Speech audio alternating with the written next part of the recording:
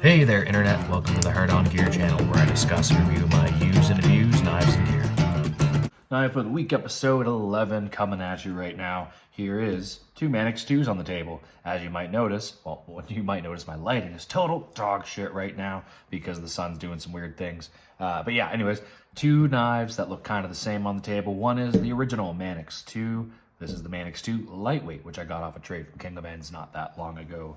About a few months I've been rocking this knife now, 2 or 3 or whatever. This is going to look a little weird to you because you're going to think, why was I carrying two of the same knife? I wasn't. If you've watched these Knife of the Week videos at all, or you understand what my typical EDC routine is, this was carried whenever I was doing stuff in shorts or sweatpants, and this was my main EDC for jeans and work pants and stuff. This was a perfect opportunity for me to do a comparison between these two knives. I can't even remember why exactly this came into my head last week. You know what it was? It was because I was not sure what I was going to do for Knife of the Week, or I guess for my folding knife rotation for this week. So I looked around into my bag of knives and ended up just kind of coming across those two almost in the same handful, and it was just like, pew, light bulb moment. So this is a great opportunity for me to really answer those questions that you guys have asked in the comments recently about, is the Lightweight that much better than the Manix 2? And yeah, there's a difference for sure getting to go back and forth between these two knives over the last week. Every time I would go to reach for one, maybe I'd be carrying the Lightweight recently and I'd be in jeans, and I'd go to reach in my pocket, I'd grab this thing, and it would always catch me off guard, and then vice versa,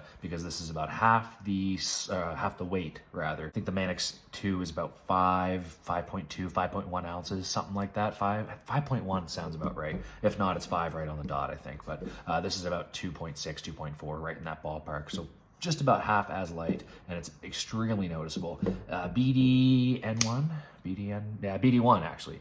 There's that BD1N or BD1. There's a few different similar steels there, but this is CTS,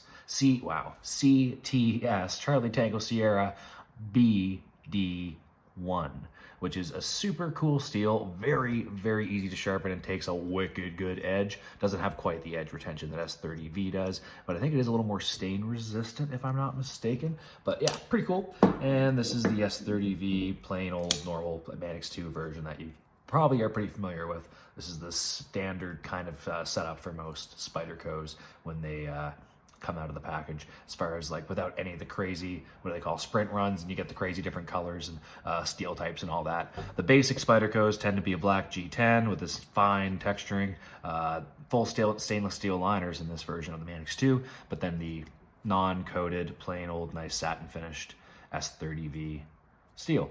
So yeah, Manix 2's super awesome. Definitely my favorite folding knife model or design, I guess. The Manix 2 was actually the big reason the channel started, because I ended up looking for a replacement for my Cold Steel Recon 1, and you've heard this story a million times if you've been watching the channel for any length of time. But just know that the Manix 2 was sort of the one of a few, but one of the very big catalysts to the channel becoming what it is now. And after all the different knives I've handled over the last few years, or last couple years, I guess, of doing the channel, it's been, well, 10 or 20 fold in the amount of folding knives that I've got my hands on and got to use and test out. The Manix 2 is still, I think, pretty much my favorite and the most ergonomically perfect knife that I've put in my hand to date. So we also have the Tor Anaconda, which, no surprise, right? Still there. Beat up. I'm going to do a little more work on that tip. I see it is starting to round a little bit just because I have been doing some weird stuff with it lately. So I'll do that. And I'm going to do a reprofile on the HCR13 MOV medium Luzon, because that cold steel knife is super popular and the tip is absolutely jacked up after my little tip torture test that I did with it. Overall torture test, but the tip is what we all kind of knew was going to fail on that thing first. Yeah, I'm going to do that on camera so you guys can see. I know a few guys were looking for profiling tips or reprofiling tips on the tips of knives. Yeah, that'll come out sometime in the future here. Won't be too hard. The Izula 2, also with an easy to sharpen steel, is 1095 carbon steel. And holy crap, I gotta mention, there's a giveaway going on right now. If you want to be entered into a draw to win an Izula 2 with the full kit that comes with the belt clip and all the different MOLLE and backpack attachments and such, go to the very last video that came out yesterday. It is titled, SE Izula 2, GA giveaway, all that stuff. It's gonna be pretty easy to find, so check that out. Make sure it says entry video, or entry, yeah, I think it is entry video at the beginning of that video, and that is the one that you're gonna want to watch and read the description and figure out how you can enter that. There is a specific way that you have to go about entering. So make sure you don't just spam a comment in there and not know what you're doing, or else you probably won't qualify and you're going to waste your time. But go check the video out nonetheless and see if you want to enter to win that knife. It's pretty easy to enter, by the way, not that hard. So I used both of these fixed plates for a few different dumb things this week. Working back in a bit of an office setting again for a few weeks while I'm getting out in my last few weeks, doing a lot of packaging and like just got a straight cutter going like nonstop right now. So getting to do a little bit of blade work and sharpening that thing up. I've got that thing cutting like a gem. But every now and then I've been using these to like pry staplers, or rather clear stoppages or jams from staplers is what I've been calling them. But the fixed blades have not been doing a whole lot of cutting. I've used them for, that's a lie actually. We've had the odd box to cut and stuff like that, but I was for the most part doing the slicing and dicing of tape and boxes and paper with these two folders right here. But these guys did get quite a bit of action. This was actually a busy knife week now that I think about it. So the Manix 2 Lightweight was my go-to whenever I was doing stuff around the shacks. I do carry these on me when I'm in the gym or just going for a run or a walk. Not really doing a lot of running lately because I don't have to anymore because screw that.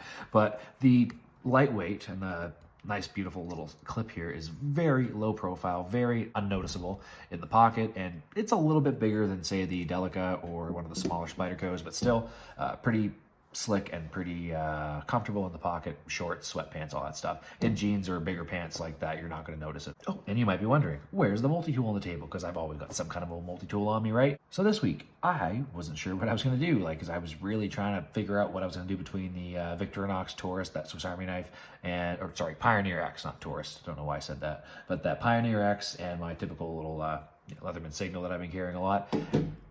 I totally remembered something that I'd forgotten for quite a while. I bought this little thing back when I'd first started the channel, before I started the channel actually, when I was looking for my new EDC folder and a fixed blade, which ended up being the Azula 2. There was a third thing I'd picked up, and I kind of called that the perfect little EDC combo at the time. And that involved the Leatherman Squirt PS4.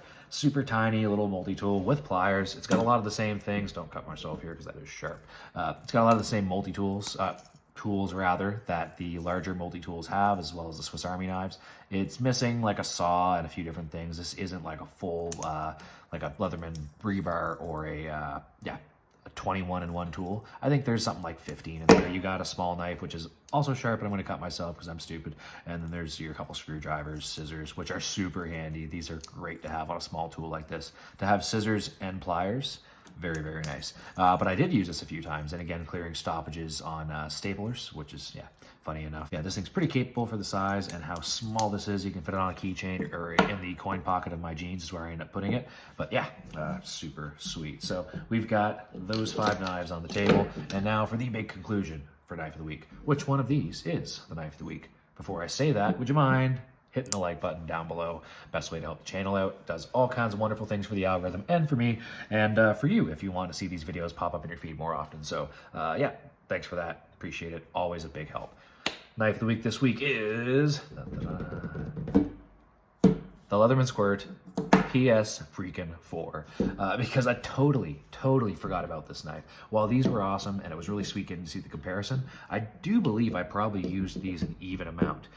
Now, typically the Knife of the Week is the knife that I've used the most. That's kind of what this whole thing was supposed to be about. I give you an overview of the EDC knives I used and kind of say which one I felt came in handy the most. That's kind of where this is this week. Whereas I did not use the PS4 more than these knives, this was the one that stood out as the one that really came in clutch a few times, because I actually forgot that I had a multi-tool with pliers on me. I was asked once and I was like, damn it, not carrying my freaking normal Leatherman on me. And then afterwards she handed me some pliers and I was like, oh, you idiot. Had this on me the whole time. So the next time that issue came up, I was prepared. So the Squirt surprised the hell out of me, and I'm going to start carrying this thing way more often now. I may end up grabbing a second one eventually to put on a set of keys or something like that, because it is super handy to have that in the, say, in the heat of the moment when you actually do need something with a set of pliers or a little pair of scissors or something like that. So yeah, super cool. Leatherman Squirt PS4. Been a sleeper. It's been in my bag, probably untouched for 6 or 7 months, so shame on me. But which knife on this table do you think would have been your Knife of the Week this week? I never really asked questions on this one like that, but feel free to comment down below as to what you feel. Maybe that's going to be a new theme, eh? If you had these knives in your pockets, not that you carry 5 knives like a freaking idiot, but if you did, which one of these do you think would be your Knife of the Week? Let me know down in the comments. Don't forget to check out the GAW video for this guy. That GAW will be coming to conclusion this coming Saturday, March the 4th. You can watch that video, and I will do a draw through like one of those random comment picker apps or websites. And yeah, watch the video that came out yesterday to get all the details on that. And we'll see you on that one, or next week's Knife of the Week, or the regular Monday upload that'll be coming out tomorrow. But until one of those, see you later. Hard on Gear channel, signing off.